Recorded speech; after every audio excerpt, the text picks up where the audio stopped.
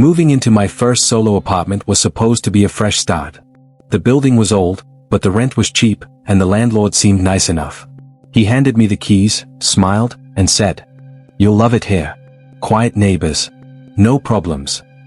He was right about the quiet part. The building was almost too quiet. I rarely saw anyone in the hallways. The walls were thick. I never heard footsteps, never heard voices. It felt like I was the only person in the entire building. The first week was peaceful. I unpacked boxes, arranged furniture, and started to feel at home. The apartment had character. Creaky hardwood floors. A radiator that clicked and hissed. A large window in the living room that overlooked the empty street below. Everything was fine until the fifth night. I couldn't sleep. I tossed and turned for hours, my mind racing with nothing in particular. Around 2 in the morning, I got up to get a glass of water. The apartment was dark except for the faint orange glow of the street lights filtering through the window. As I walked through the living room, something caught my eye.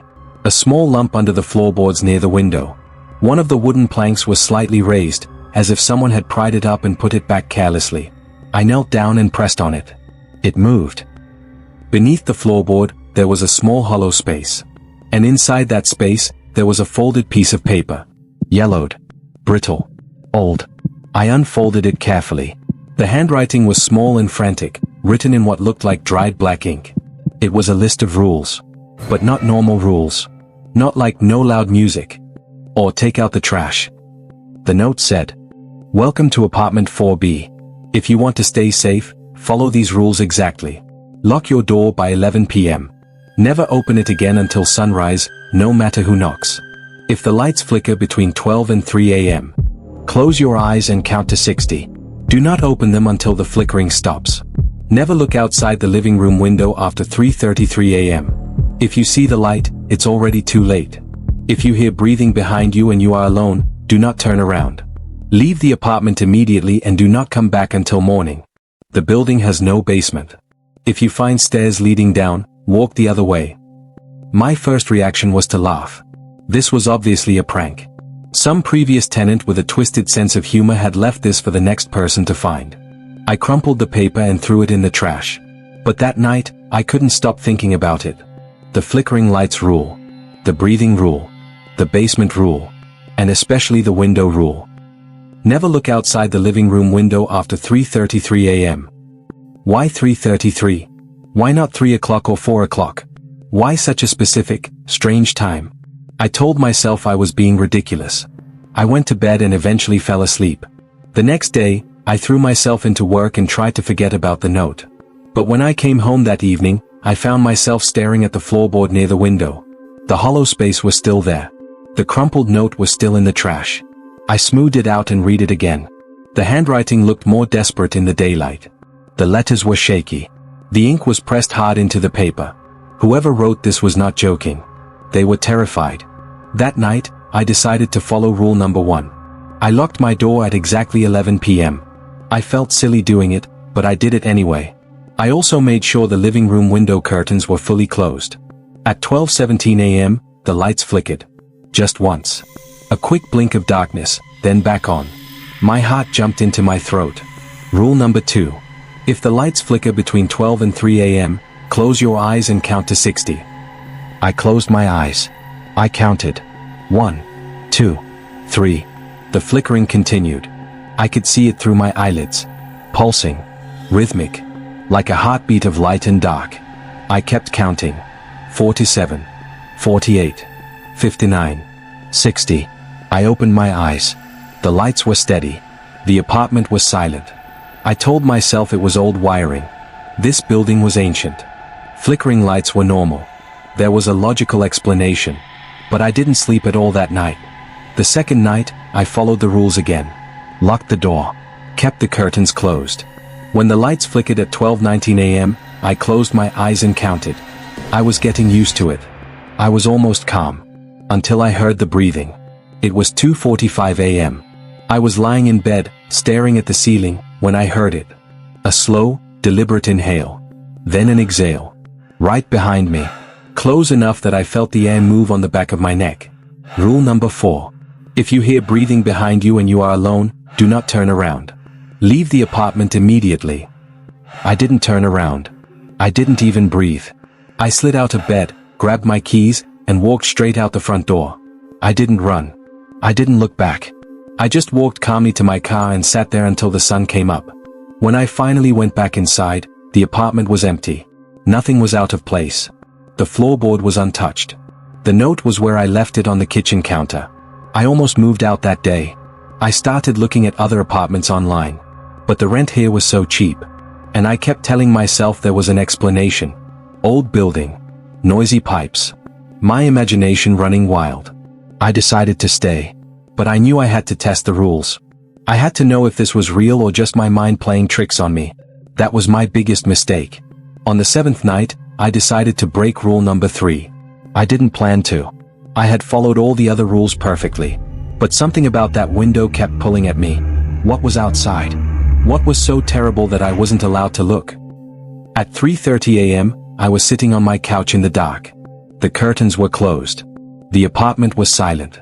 My phone read 3:31. Then 3:32. At 3:33 a.m., I stood up. I walked to the window. My hand was shaking as I reached for the curtain.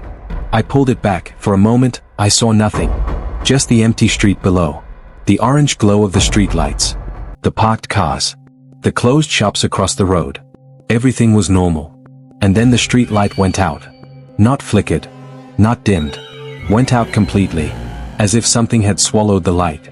One by one, every street light on the block went dark. The darkness crept closer and closer until the entire street was black. That's when I saw it. At the far end of the street, there was a figure. Tall. Too tall. Its head reached the second-story windows. It was thin, impossibly thin, like a skeleton wrapped in shadow. And it was facing my building. No. It was facing me. I couldn't move. I couldn't breathe. The thing started walking. It didn't move like a person. It glided. Its long limbs jerked and twitched with each step. And it was coming toward my window.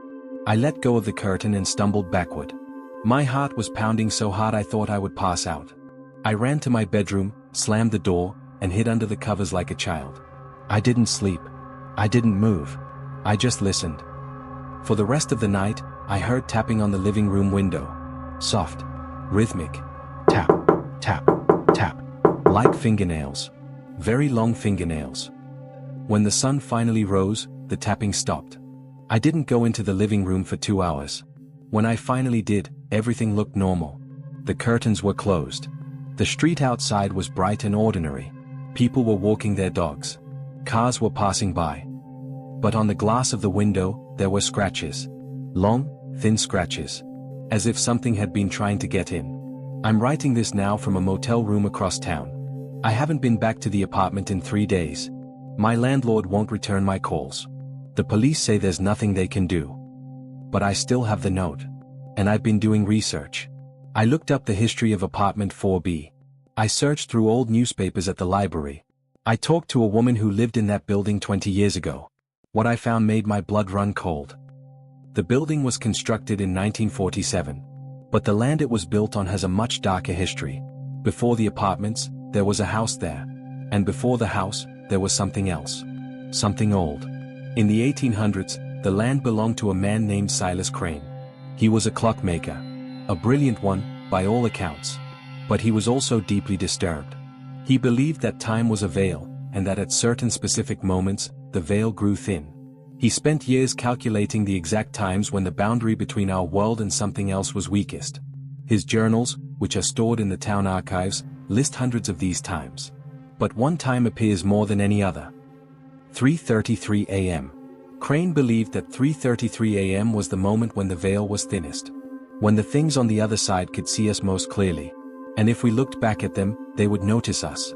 They would mark us. And they would come. Crane disappeared in 1889. His body was never found. But his journals mention a creature he called the Watcher. A being that exists in the space between seconds. A thing that is drawn to human attention. When you look at it, you give it power. You give it permission to see you back. I looked at it. I looked right at it through my living room window. And now it knows I exist. The note wasn't a prank. It was a warning. Every rule was designed to keep the tenant invisible. To keep them safe. Don't open the door after dark, because the creature might be knocking. Close your eyes when the lights flicker, because the flickering is the creature passing through. Never look outside after 3:33 a.m., because that's when the watcher is closest. And the breathing. The breathing behind you when you're alone. That means it's already inside. I broke the most important rule. I looked. And now I don't know what to do. Last night, I saw it again. Not outside my window. Outside the motel room window. 4 floors up. Standing in the parking lot. Looking up at me with eyes that weren't eyes. Just holes. Empty black holes where eyes should be. And it smiled. It had too many teeth. Rows and rows of them. I don't think the rules apply anymore. I think I've already been marked. I think the watcher has my scent. If you ever move into apartment 4B, or any apartment that feels too quiet, check under the floorboards. Look for the note. And if you find it, follow the rules. Every single one. Do not be curious. Do not be brave. Do not be like me. And whatever you do, never look outside the window after 3:33 a.m. Because once it sees you, it will never stop watching.